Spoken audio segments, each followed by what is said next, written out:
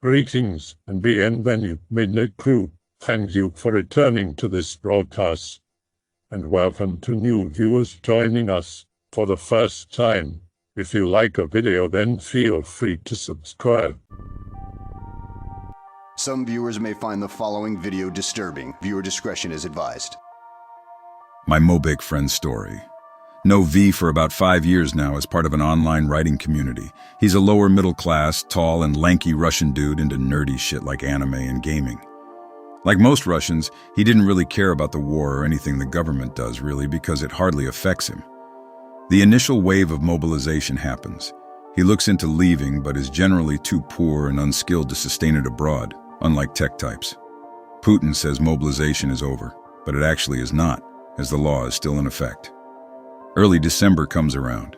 He gets mobilized, is scared but is told he would not be sent into an active combat zone by law. Gets about 2 weeks worth of training in a rundown kind of training camp. He says it's mostly marching a lot, keeping one's space neat. He gets to shoot a rifle a few times, given basic instructions on how to use a tourniquet, but not allowed to practice as they are in short supply, and patch up basic wounds. Rifle is an older AK-74 that he will be allowed to take with him, scratched up but still works. He asks if there are like any optics or whatever because he doesn't think he can hit stuff super accurately with just the iron sights. The instructor just gives him a tired look and says no and doesn't expect any. V estimates he can't really hit much at more than 100 meters and isn't sure how he will do under combat since he was allowed to take his time firing and told to only use single shots. Not any automatic fire, told not to worry about it. Given an old uniform that he says doesn't seem like a winter type and some kind of vest. His instructor tells him it's bulletproof but does not go into details. He says it doesn't feel very heavy and is pretty thin, so he's not sure if that is the truth or not. Gets an old helmet that he says is an SSH-68 of some kind. Asks where he will be deployed and told according to law he won't be sent to a frontline combat position and will mostly be trench and defense building. Is shipped out a few weeks before Christmas to somewhere. He's not initially sure where as they took his phone from him. I know where he is now. We'll get to it later but won't say since I don't want him to die. It's not the most active combat zone at the moment, but it still is sort of frontline. The bus does not actually drive him, and the other Mobiks to where he is supposed to be, stops about 10 miles short and tells them to get off and generally head in a westerly direction from there, and gives them a single compass and old map with some circles on it as a group. He and the other Mobiks go, "What the fuck?" and get told the driver isn't risking it because of drones and other threats closer to the front line. Spend half the day in the cold marching in what they hope is the right direction. No officer is with them to make sure they get there. Get lost a few times. They are tired. They have no food, no actual ammunition, no radios or communication equipment, just their rifles and clothes. Eventually come upon what looks to be a kind of sentry post, except no one is taking it seriously and are just drinking and sitting around a fire. No one even notices them until they are literally marching right up to it. They ask if this is where they are supposed to be and say what unit they are supposed to be assigned to. Turns out no one actually knows if the unit is there or not. They don't have radios either to call in. They just send a runner when they have questions. One guy asks to see the map and then says, "Oh yeah, that's where all the Mobiks are going." Eventually ended up at the camp. Friend describes the main camp as some kind of dystopian barbarian horde settlement. Tents are sort of just haphazardly placed wherever there is a little bit of cover, like trees and bushes. There are some cut-down logs placed around the edges of the camp, but not really in any organized fashion. Some sandbags. There are no indicators as to where the food is, where the medical tent is, only an armory which they pass on the way in, where guns and ammo are just kind of strewn about in piles. Fires seem randomly scattered about. Try to find an officer to find out where they are supposed to go. It takes ages to find one, and they eventually run into a group of captains at the command tent who look demoralized and tired. Ask where the major and colonels are, told they haven't visited in weeks, and their last order was just to hold here.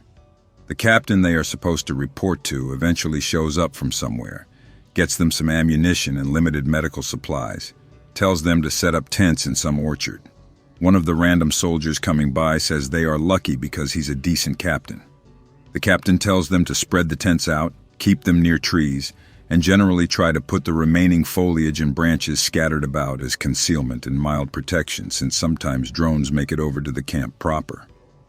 Ask if they are doing anything about the drones. The officer just smiles sadly and says they aren't in a priority position for the drone jammers and to just keep an eye out and try to shoot them down and spread out. Next day, he gets a terrible meal of potatoes, some kind of meat they don't ask where it came from, and vegetables. The captain takes them to their frontline fighting position.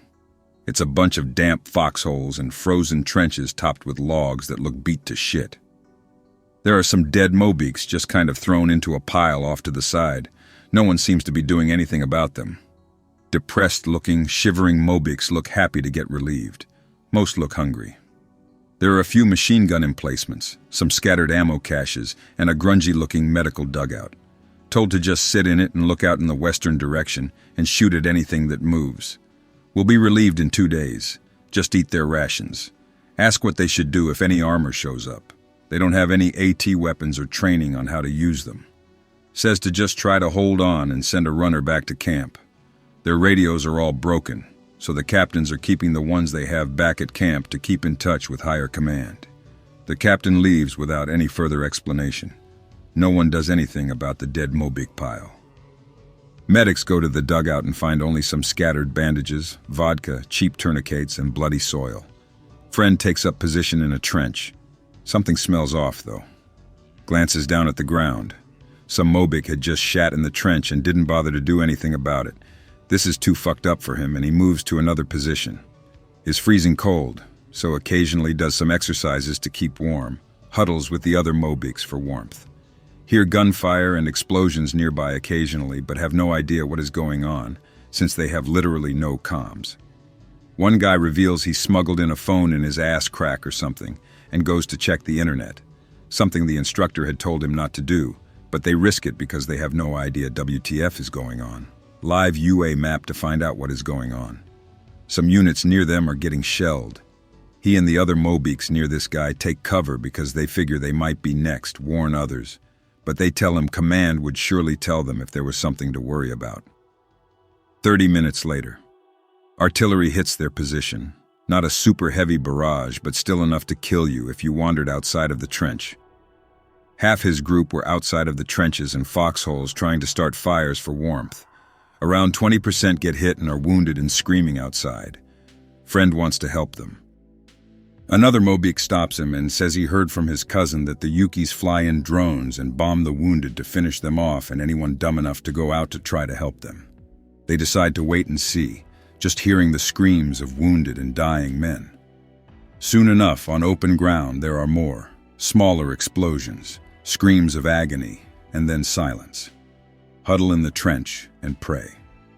Finally, about an hour later, they force one Mobeek to go outside and look at the sky.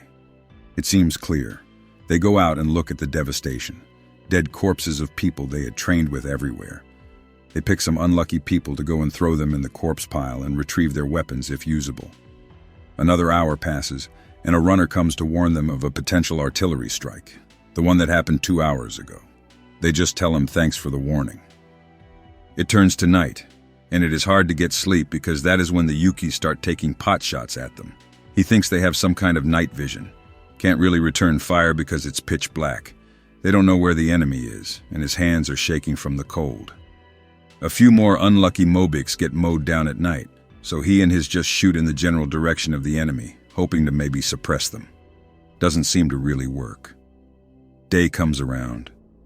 No one has gotten any sleep due to this, and the screams of the wounded. A few more people go in the corpse pile that, thankfully due to the cold, hasn't started rotting too much yet. Another day of the above goes by.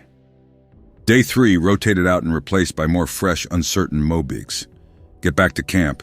Still no sign of any officers higher than a captain. Guy with phone says he's too cold to do anything.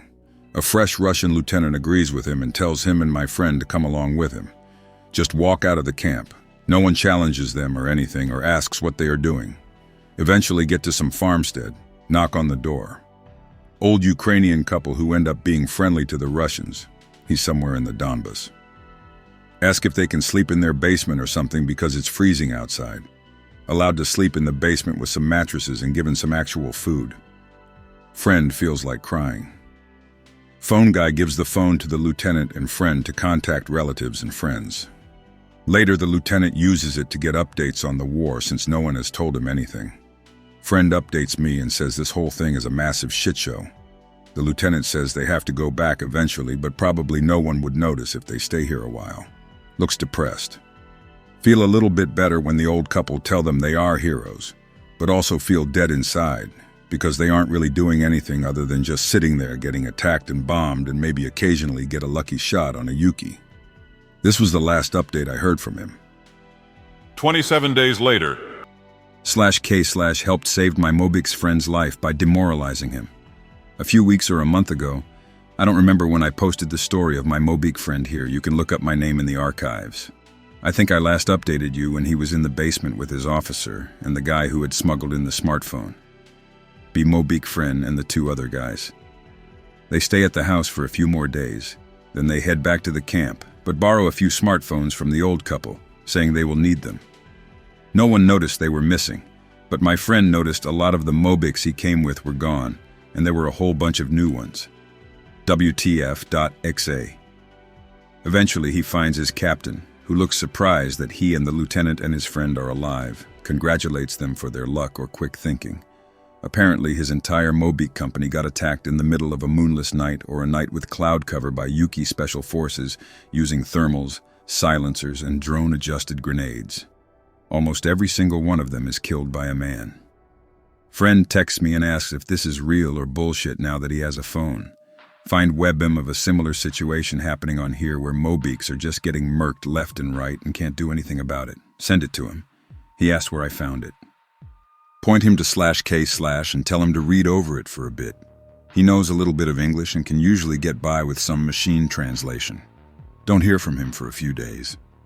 Gets back to me and says he looked it over for days while he was rewarded from surviving the night assault by doing duties around the camp and not being put on the front lines. Realizes he is totally fucked and no one has a plan to do anything on the Russian side, and no one is coming to help him. Everything he has been told about the state of the war is a complete lie. Asks for and gets the Ukrainian surrender number or telegram from some kind of anon here. Contacts them, sneaks out in the middle of the night, and they pick him up at a designated location. Pretty easy to do because the sentries or pickets literally can't see shit at night. Now in Yuki custody but allowed to keep his smartphone. Says he refused to be traded back after reading the stories about it and is awaiting further instructions. Russian friend in Poland has more POW stories for you. He has been talking to one of his fellow defectors who worked in invasion logistics. Here's this guy's story. Woken up abruptly on the 24th and told to load supplies, has 1 hour to do so. Asks where they are going, told to shut up and do it. No one had organized supplies ahead of time, so it was a clusterfuck of different ammo and misky shit. No pallets, so it's a bunch of sleepy conscripts and contract soldiers throwing whatever they could into the trucks. Tried to fuel the truck but was told to just go at half a tank because it was just a short operation, and they could use gas stations on the way. Make it over the border and make a bit of progress. But then the column is halted for 2 days because of fighting in the front and can't drive off the road into the mud. Run out of fuel on day 2. Fast forward to 1 week in, finally have fuel and the column is moving forward. Sitting in the back of one of the columns. Explosion heard from the front. It's the tank escort getting hit. Panic and drive the truck off the road into a muddy ditch. This was fortunate as a TB2 hits the column. The defector's entire unit was wiped out. Remaining soldiers panic and run. Gunfire heard. Ditch the fully loaded truck full of ammo in the mud. Run back the way he came until he meets friendlies.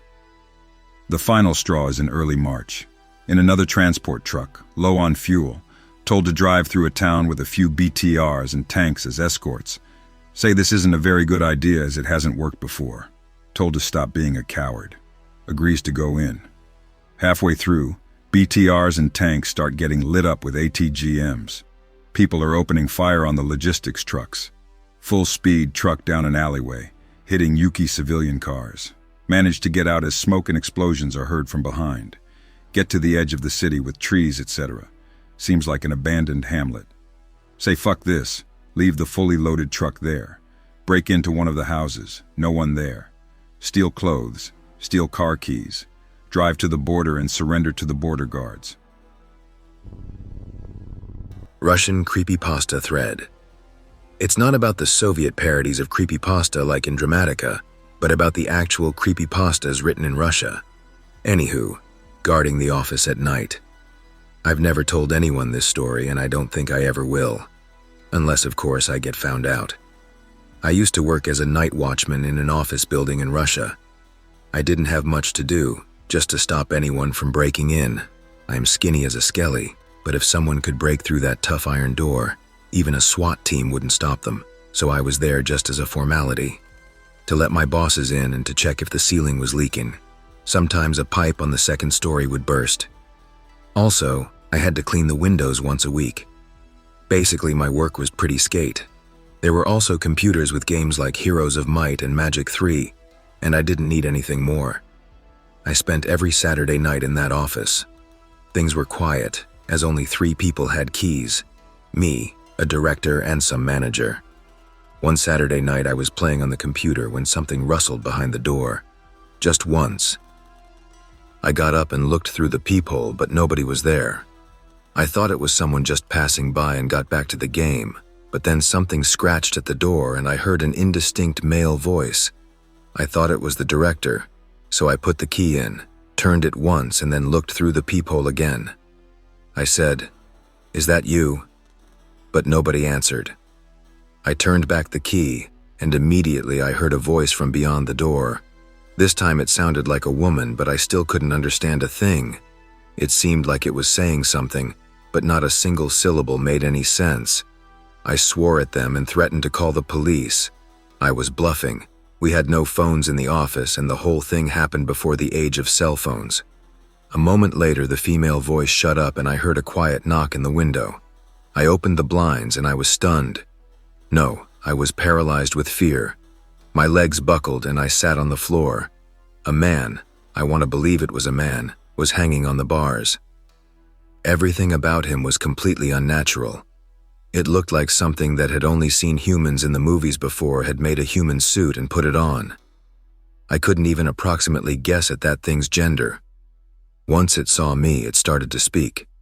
First with the same female voice, then it started to alternate with the male one, and then it seemed like the sound was coming from different sources, interrupted by some scraping and rustling. Fuck.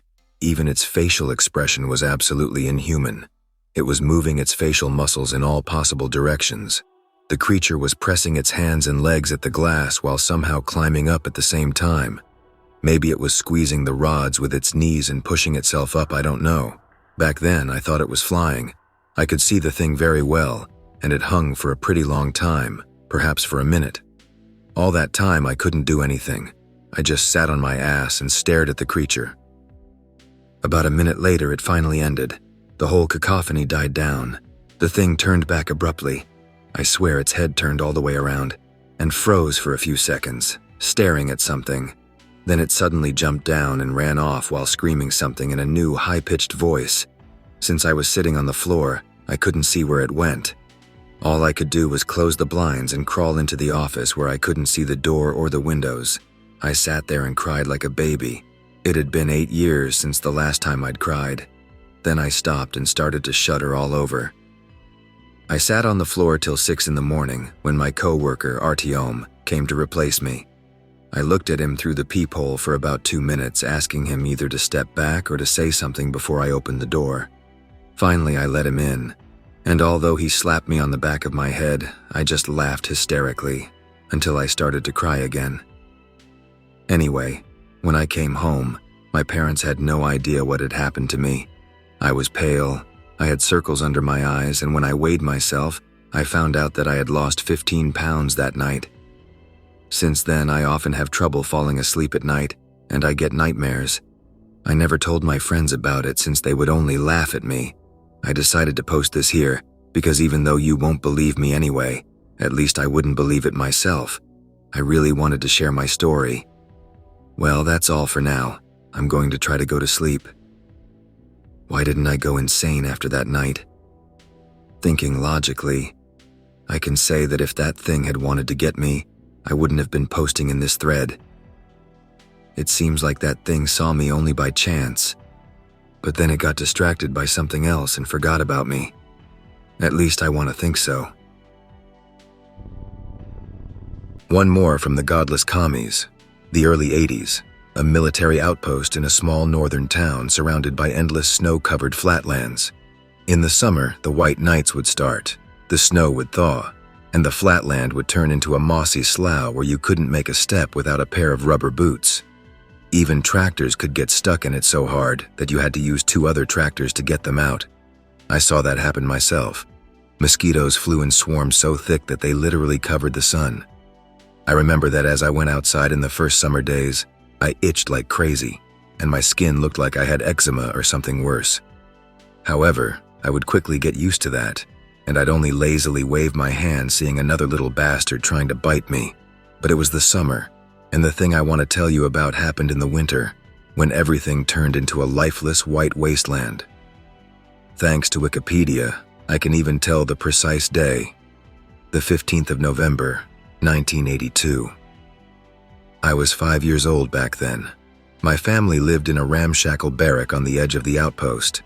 There was no district heating, and we heated our home with black coal, its large heap sitting near the house. My father spent whole days at the service, and my mother worked as a teacher in a local school, so 6 days a week my parents would leave me home alone for the whole morning. During the winter, I wasn't allowed to go outside on my own. They were afraid that I'd go away to tundra. It happened to the local kids sometimes, or that predators would turn up nearby. It also happened. As for my chores, I had to close the chimney once the coals burned out to keep the heat in the house, and to get the fresh warm bread from the bakery delivered to the servicemen's families and left in small boxes near the houses. I was a calm kid who never sought troubles on his ass, so my parents were not afraid to leave me alone. That day there was a rough snowstorm. Wind howled in an almost human voice, and snowflakes were covering our windows. I looked through the clearances as the wind pinned smoke from our chimney to the ground. We often had such weather in our place, and I felt no fear. I knew that there could be a blackout any moment, which would also happen quite often. I was just riding a tricycle that my parents had given me last New Year, played with my toy soldier, and threw a ball at the wall to catch it myself. I had as much fun as I could. My mother left our TV on before leaving, so I wouldn't be lonely. That day, both central channels were broadcasting the most important news, the funeral of Secretary General of CPSU Central Committee Leonid Ilyich Brezhnev. The government announced the mourning, but it didn't concern the military, and my mother had to take part in a school event dedicated to the elderly secretary's death. Thus, I was left alone, just like always. At first, I didn't understand what was on TV instead of usual morning entertainment shows, and I didn't care. But the broadcast gradually caught my attention. The whole solemnity filled me with a thought that it was something important, tragic, and possibly fatal. By that time, I already knew Brezhnev. He was a grandpa from the TV, a part of my life as usual, as Mom's borscht on Sunday. As I looked at his huge portraits carried by soldiers in the head of the procession, I thought that the grandpa would start reading something on a paper as he always did. But I actually saw him just lying in the coffin, his eyes closed. It seemed like he was just sleeping, but the gloomy orchestra playing Chopin's march made me think that something terrible had happened. I didn't know yet what death is, since no one I knew had died yet. That cold day, sitting before a TV set with a small screen, I encountered death for the first time.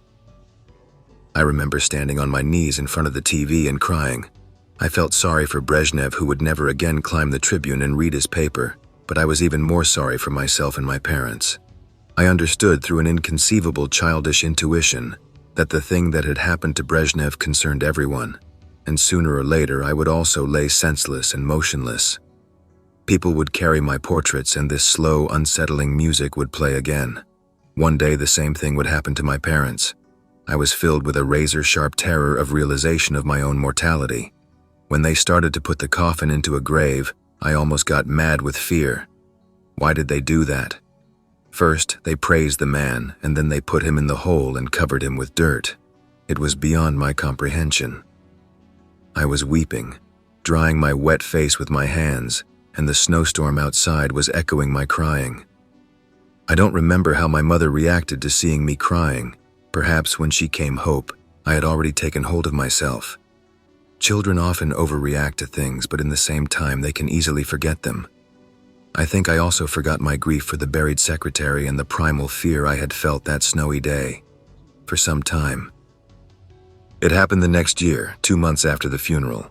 After another day, Dad went to the barracks, Mom made a pilaf. I went to bed. I quickly fell asleep, but in 2 hours I woke up in tears. I dreamed about seeing the funeral again, but this time I was on the other side of the screen. I walked along with the procession somewhere in the second line. The orchestra played Chopin, people were silent, and the red walls of the Kremlin looked like blood. At first there was nothing to fear. As it usually happens in the dreams, I didn't feel like it happened to me. But then they started to put the coffin into the grave, and I suddenly appeared right in front of it. The casket wasn't closed, and Brezhnev was looking right at me. It was a look not of a man, but of some otherworldly creature, maybe the death itself. As the coffin was being put deep into the grave, the dead man moved his orbs, fixing this terrible look on me. My horror reached the peak, and I woke up screaming and weeping. The lights turned on, my mother ran to me and started to calm me down, and I was still shaking, unable to get a hold of myself after that piercing, inhuman sight. My father didn't come home. At work, he suddenly felt dizziness, sat down on a nearest box, grabbed at his temples and collapsed on the floor. He had a cerebral aneurysm. The scariest nightmare of my childhood became reality. I had to come to the real funeral, to see someone close to me in the coffin, and to see him taken to the graveyard with people carrying his portrait at the procession. After my father's death, my mother and I moved to her native Yekaterinburg. 3 years later, she got married again. My stepfather drank a lot, but he wasn't a bad man, and he didn't abuse me. However, we didn't become friends.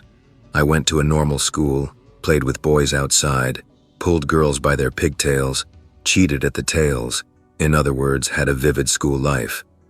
I got some friends who were really important to me, and I would fight against anyone for them. One of my best friends was the red-haired Seryoga who lived 2 houses away from me. We would go to school and back together. He was better in school than me, and often helped me when I couldn't, or didn't want, to do the homework. His parents were high-ranking officials, so Seryoga often had some scarce things which he would generously share with me. In the spring, when I was finishing the 3rd grade, the familiar dream repeated again. I've seen one more time the walls of the Kremlin, the solemn faces of the members of the government. Most of them had already kicked the bucket by then, shoulder straps and caps, and heard the mournful music. And again, I turned out to be near the former ruler's casket. I was even closer to him than the previous time. Just like before, Brezhnev raised his old eyelids and stared at me with a look of a creature from the undiscovered country. I woke up again shaking and sweating, but this time with no screams. For the rest of the night I was tossing and turning, but couldn't fall asleep. The following day, Seryoga got hit by a car on his way to the art school. So it became a tradition.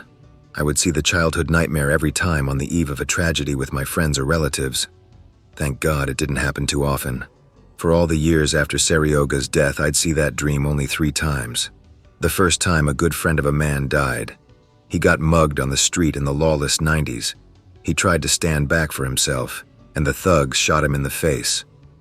The second time, it was my girlfriend, the infamous plane crash near Irkutsk in 2001. The third time, it was my mother. That wasn't unexpected. She had a cirrhosis and ended up in a hospital, but I've seen the dream precisely on the eve of her death. It's impossible to tell what I felt when I woke up knowing that a tragedy was going to happen soon, but had no idea how, where, and to whom of my loved ones. Plus, it seems that their deaths were predestined and inevitable, even if I tried to warn everyone. The creature that stared at me had its own ways, inconceivable for a mere mortal. But the weirdest thing is that each time I would end up closer and closer to the coffin. The night before my mother's death, I stood right on the edge of the grave, about 20 centimeters from the hole. I think I know what's going to happen when I'll into the grave in my dream. That was my story. To be honest, I can't find any sense or moral in it. I can only assume that snowy day in the far north when I was watching the secretary's funeral, my childish terror before the inevitability of death somehow made a connection between that memory and a supernatural feeling of grim reapers standing at the door. So it happened that for me, a harbinger of the approaching tragedy was, personally, Leonid Ilyich. Be Russian conscript, World War II, be in a tank. 1942, pushed to the brink of defeat, your fellow tankers die, but somehow you survive, and your tank is repaired. 1943 and 44, you begin to drive the Wehrmacht back. Again and again, the other men in the tank die, either from spalling or being shot while outside of the hull. By 1945, on the outskirts of Berlin, you were the last man of the original crew. The war is won at last. The tank has preserved you. You have suffered not a scratch while serving on the bloodiest front of the bloodiest war in recorded history. Separated from your tank in Berlin and put on a train home. Live a normal life, assuming your battered tank was scrapped, stripped for parts, or abandoned. Communism falls. After 20 or so years, the old government archives are digitized. You, of course, remember the serial number of your tank. Your grandchild finds a list of serial numbers from one of the tank factories and shows it to you. The list includes the fates, if known, of each tank. Of hundreds of thousands produced, only a handful survive outside of active war zones or inaccessible boneyards. You search for your tank's serial. It is still intact. It has been turned into a war memorial in a town on the other side of Russia. You make a pilgrimage to the tank that saved you. Upon touching it for the first time in 60 years, you break down and weep openly before your children and the townsfolk. Literally days later, you die. This is a true story, pick highly related. I hope that you enjoyed tonight's broadcast. If you enjoyed tonight's story, then please subscribe to the channel, as more green texts will appear daily. A new broadcast will appear when the clock strikes midnight Central Time.